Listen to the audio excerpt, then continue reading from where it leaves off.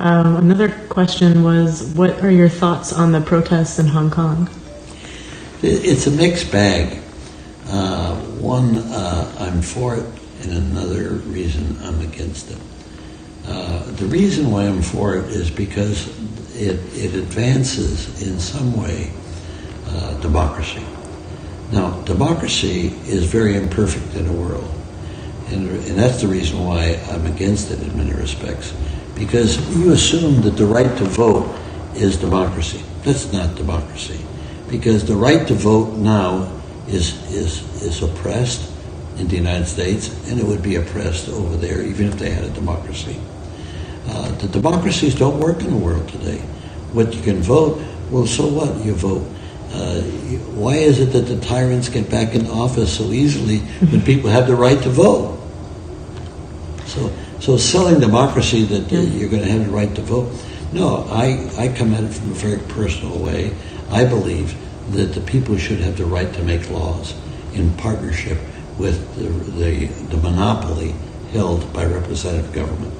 Because the people are not stupid. They can sense what's going on. Mm-hmm. And so whenever I see a protest, like the one I see in Hong Kong or in the United States, it's just an admission that democracy doesn't work. Mm-hmm. Or the type of democracy doesn't work because people have to protest.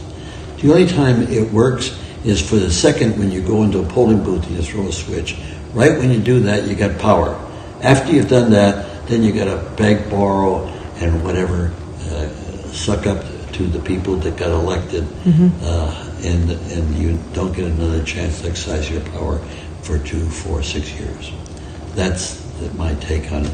So I'm glad in a sense they're protesting, because, but if they go to extremes, then all of that will cause oppression, and that's not the solution. If you're going to protest, and then just be very, very careful how you do it. Mm-hmm. But Xi Jinping doesn't want to send troops into Hong Kong, but you know they're trying to box him in. It's a little bit Tiananmen Square.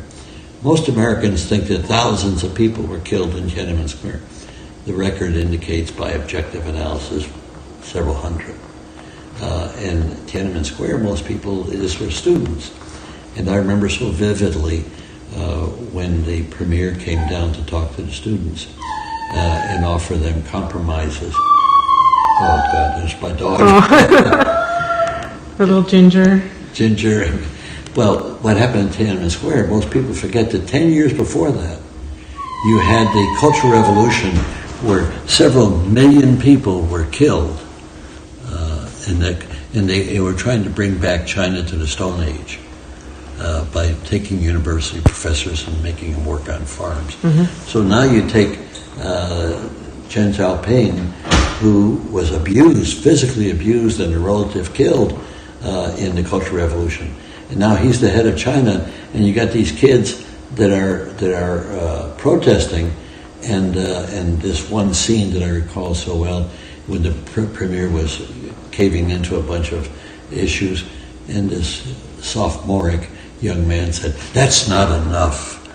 They want to run the country." Well, the adult Chinese at that time had an experience of the sophomores running the country, and that was the Cultural Revolution. Mm-hmm. And so the leadership, anybody in leadership knows that if you got to take recourse to violence, fine. If you're in an apartheid country and you use violence, I can understand that.